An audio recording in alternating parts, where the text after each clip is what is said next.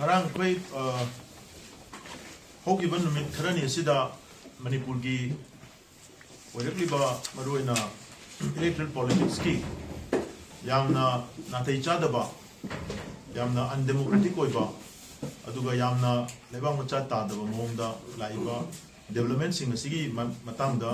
kokomi gi makai dagi miyam gi mot sinjaraga koi gi wafam sing miyam da amadi mari lenaba sing da thamjage hauki ba February ki tang mapanda khangudana Manipur ki chief minister na kanaguma miyam amta tanaramdana Delhi da chaluraga Delhi gi adugumlaba central leadership unara matungda kari hainarino kamai hainarino kari fium de yanarino haibu sukang khangdana resign tawre haidana Manipur governor da changjan graga resign tawthokiba madui makha tarakpada mahut sinanaba BJP da absolute majority number laina makoi maraktagi mahut sinanaba mi amasu mu tholokpa ngamdana pantharaga leraktiba madugi matung tarakpada mu panthaduna leiriba adugi khudom chaba lauraga lengak sema ngamdaba mihut miyamgi leader khanma ngamdabagi na maram oiraga phibamna yaratadana torupani haiba ताननबगी दमकता अदुम थौरांग मोदलना तोरप मान मोंगदा इखंग खंगौदना assembly लैब्स ओइकिदोरे हाइबगी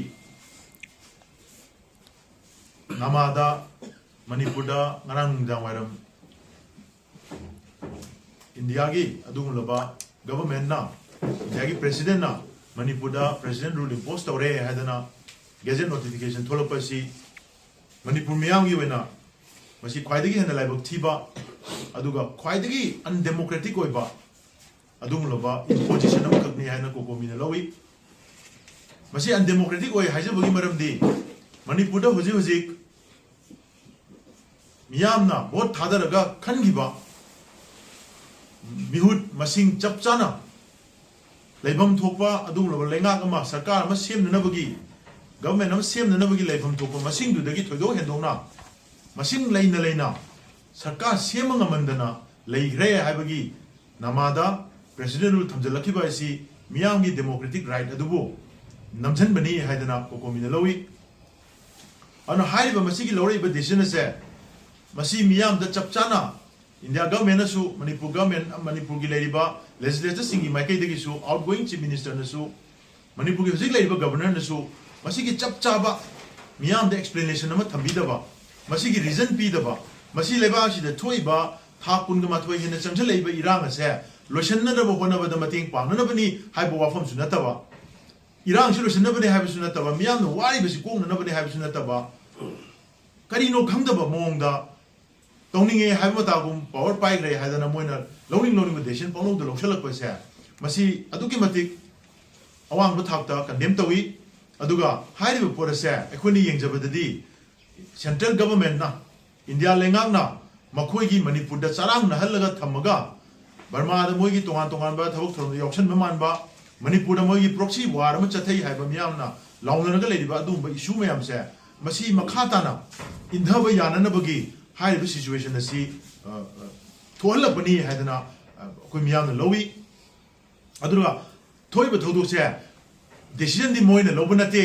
नखोइगी लेरिबा MLA सिंगना लिंजेन मानदबदगी Moina लेंगाक सेमजबा ngamdabadagi constitution की मागी obligation मरम ओरगा प्रेसिडेंट पीआर से थमकपनी मिलिटरी रूल से लापनी अदु मसी अखोइना लोबनते नोई मतिक चादबा एमएलए म्यामना थोनबनी काइना हाइबा अदोंगी वाखंड खलननबा माननबगी सर्कमस्टेंस अमा मखोइना क्रिएट तोरगा नमदन थोनबने ना कोइदि लोवी मरमदि काइगिनो हाइबा मतमदा सेंटरना चीफ मिनिस्टर दा फम थादोना वारेप लो मतमदा चीफ मिनिस्टर सी फम थादोन बने हादना मियाम ना मसीदी लौनै मरमदि काइनोदा माना फम थादोगे हाबसी मियाम दा लाउथोकते कैबिनेट ता मागी वा तानरमदे कनामदर काइ महमदे दिल्ली चलुरगा दिल्ली दगी समित पत्रा कोबो मिसक अमा नोटिस की इंचार्ज ने लोइना लागा गवर्नर नाक चंगा रेजिग्नेशन पिथोखिबनिना मसी दिल्ली दगी नंग फम थादोरोना हायरगा थारकपने मियाम दा लौवे अदु तादि मोइना अदुमाइन तौदना फम थादो ननबगी डिसीजन से लोरप तारगदी खूग्रबा नुमित नोंगालगा असेंबली होगदोरिबा मसी कई तहौद्रगना असेंबली से लैप्स होगिदना ꯑꯩꯈꯣꯏꯒꯤ ꯇꯣꯉꯥꯟꯕ ꯀꯣꯟꯁꯇꯤꯇ꯭ꯌꯨꯁꯟ ꯀ꯭ꯔꯥꯏꯁꯤꯁ ꯑꯃ ꯊꯣꯛꯀꯗꯧꯔꯤꯕ ꯁꯤꯒꯨꯝꯕ ꯁꯤꯆꯨꯋꯦꯁꯟ ꯑꯃꯁꯤ ꯂꯩꯅ ꯃꯈꯣꯏꯅ ꯃꯈꯨꯠꯇ ꯑꯜꯇꯔꯅꯦꯇꯤቭ ꯆꯤꯐ ꯃꯤꯅꯤꯁꯇꯔ ꯑꯃ ꯑꯣꯏꯕ ꯌꯥꯕ ꯂꯤꯗꯔ ꯑꯃ ꯃꯈꯨꯠꯇ ꯄꯥꯏꯗꯅ ꯆꯤꯐ ꯃꯤꯅꯤꯁꯇꯔ ꯑꯃ ꯂꯧꯊꯣꯛꯑꯒ ꯆꯤꯐ ꯃꯤꯅꯤꯁꯇꯔ ꯑꯃ ꯄ꯭ꯔꯣꯄꯣꯁ ꯇꯧꯅꯅꯕꯒꯤ ꯔꯤꯀꯃꯦꯟꯗꯦꯁꯟ ꯌꯥꯎꯗꯅ ꯍꯤꯡꯅ ꯊꯥꯗꯣꯔꯛꯈꯤꯕꯁꯦ ꯃꯁꯤ ꯌꯥꯝꯅ ꯏꯝꯃꯦꯆꯨꯔ ꯑꯣꯏꯕ ꯗꯤꯁꯤꯖꯟ ꯑꯃ ꯑꯣꯏꯖꯔꯒꯁꯨ ꯃꯁꯤ ꯗꯦꯂꯤꯕꯔꯦꯠ ꯑꯦꯟ ꯏꯟꯇꯦꯟꯁꯅꯦꯜꯂꯤ ꯆꯠꯊꯔꯛꯄ ꯑꯗꯨꯒꯨꯝꯕ ꯏꯟꯗꯤꯌꯥ ꯒꯣꯔꯃꯦꯟꯒꯤ ꯄ꯭ꯂꯣꯏ ꯑꯃꯅꯤ ꯍꯥꯏꯗꯅ ꯑꯩꯈꯣꯏ ꯀꯣꯀꯣꯃꯤꯅ ꯂꯧꯏ ꯑꯗꯨꯅ ꯍꯥꯏꯔꯤꯕ ꯄꯣꯠꯁꯦ ꯃꯁꯤ ꯑꯩꯈꯣꯏ ꯃꯤꯌꯥꯝꯒꯤ ꯗꯦꯃꯣꯀ꯭ꯔꯦꯇꯤक प्रिंसिपल्स अदुबु कंप्लीटली मसी बिट्रे तौबा अदुम मखलगी कोंथांगनी हादना एकोइना मसी लवी हाइरु पोर असिना मरम ओइरगा एकोइ मणिपुरदा थोइबा इशू असे हेना पिबम सुवनननबगी मरम ममा पुसलकद्रा हाइबसे एकोइ मसी मियामना चिंगनै अदुगा तौरिबो पोर असे एकोइना येंजबा मतमदा कुकी सेपरेटिस्ट ग्रुप सिंगना चिन कुकी नार्को टेररिस्ट सिंगना हानदगी डिमांड तौरगा लापा चीफ मिनिस्टर बिरेन हमदगी लौथोगदबनी अदुगदी अखोइ वारी साननब लबी खनब यानी तंपाक पुंबदा मणिपुर पुंबदा armed forces special forces impose तौगदबनी अदु इतागदी अखोइ वारी साननब थबक तौब यानी हाइदना मोइना हाना ngang वफम सिंगसे मसी एंडोर्स तौब मानबा मसी बु ngang चलगा कुकी सिंगबु थेमननबा कुकी सेपरेटिस्ट सिंगबु अपीस तौननबा होनब मानबा खोंथांग मुसु यावि हादना कोइना लवे मदुदा नतना तंपाकी अदुलबा मखोइना ngang सानब यादे हारिबा अदु खुलाई पाइबा अखोइगी खुनगापसिंग नहासिंग लेबा मयाम इमाइदोन मयामसे मखोइसिंग असि डायरेक्टली मिलिटरी कंट्रोल तौसनबा याननबगी अदुबा प्लोय अमा यावब्रा मनुंगदे यावब्रा हाइबसे अखोइ कोकोमिने चिंगनै अदुना थमजलैबा प्रेसिडेंट रूल असे मसी चुमनगी बीजेपी की एमएलए खक्तना स्वाइदा चरांगनबगी नत्रगा मणिपुर की इरांग से लोसननबगी गुड इंटेंशन तौरपने हाइदना अखोइ कोकोमिने लौब ngamde अदु मसीदी अखोइ बीजेपी की लीडरशिप मरुएना सेंटर दे लेरिबा सिंगसिना मणिपुर की मियाम की राइट्स अमदि सिक्योरिटी सिबो मसीबो अखोइगी मैथक तं ngौरगा थमननबगी अदुनबा थौसिल थौरांगला हाइदना कोकोमिना लवी हेना लाइबक थिरिबदि कैनो अखोइगी मफम असिदा लेरिबा अखोइगी मियामना भोट थादरगा भोट काग्रेबा अखोइगी म्यूट सिंगसिना मरुएना बीजेपी की लेजिस्लेचर ngasi मेजॉरिटी पुरगा लेरिबा कुंथ्रागा निथोय अमदि कुंथ्रा तरेत JDU की मर्ज तौगी कांगू जियारगा मोय कुंथ्रागा तरेत से मसीना मखोय मसेनी भरतता मतिक चाब मिहुद अमा खंगलगा चीफ मिनिस्टर ने डिजाइन तौग्रा मतुंगदा मखोय अल्टरनेटिव लीडर अमा पुथोपा ngamdana ngasi फौदा मोय मखन मखन अनि हुम थोना मोय केम तौरगा लै हाइदना म्यां nangna रैबसे मसी मखोयना तौरिबा थांजलिबा खोंथांग असि मणिपुर मियामगी याइफननबा मणिपुर मियामगी कुदोंग चाननबा अमदि थोइबा इरांग असिबु लोशनबा द मतिंग पांगननबगी चंगनबा थबा मने हाइनादि मियामना लोबो ngamdre मसी मोयगी मरनाय मखोयगी पावर हंगर अमनि मोय पावर मुन्नबगी अखोयगी दुमलबा गेम ऑफ थ्रोन दु खक्तदा उरकांदा लेबाग मियामगी मणिपुर मियामगी दुमलबा अखोयगी कई हातारे फिबम जादन लेरिबसे मसिदगी कन्ननबगी मोयना लोबम थोपा अदुमलबा थोगांसिंग अदु लौरक्तबगी अदुगा मरनाय खुदोंग चाबा लौनबम खकी चंगथंगिबा खोंथांग अमनि नंगसिदि मियामना उनरे अदुगा मोयना तौरिबा असिगी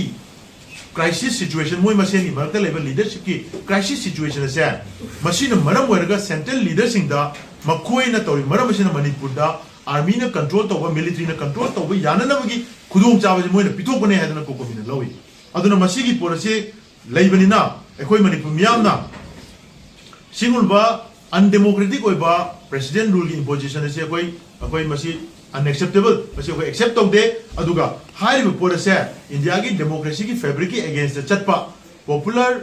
मेजॉरिटी मैंडेटेड लेजिस्लेचर्स इन लेना प्रेसिडेंट रूल इम्पोज तौबा हाइबसे मसी against democratic principle of the country नि अदुना हाइरिबा पोसी कोकोमिना अथुबदा मणिपुर मियामगी ओइरैबा फिबम सिंग असि येंगाकांदा अखोयगी लेजिस्लेटर सिंगना चथरिबा थौम असे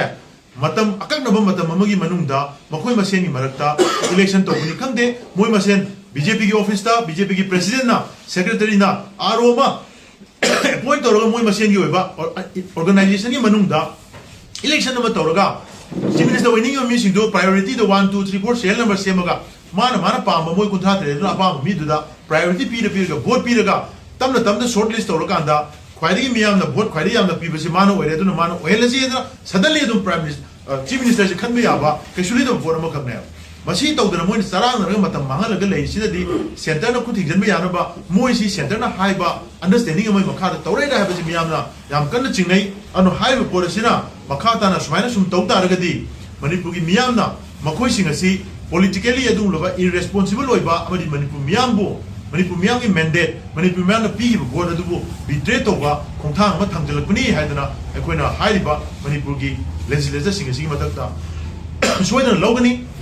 ꯑꯗꯨꯅ ꯃꯁꯤ ꯊꯣꯛꯇꯅꯕ ꯑꯀꯛꯅꯕ ꯃꯇꯝꯒꯤ ꯃꯅꯨꯡꯗ ꯑꯊꯨꯕꯗ ꯂꯩꯉꯥꯛ ꯑꯃ ꯁꯦꯝꯃꯒ ꯄ꯭ꯔꯦꯁꯤꯗꯦꯟ ꯔꯨꯜꯁꯤ ꯂꯧꯊꯣꯛꯅꯅꯕ ꯊꯕꯛ ꯄꯥꯏꯈꯠꯀꯗꯕꯅꯤ ꯍꯥꯏꯕꯁꯤ ꯀꯣꯀꯣꯃꯤꯅ ꯂꯩꯕꯥꯛ ꯃꯤꯌꯥꯝꯗ ꯈꯪꯖꯔꯤ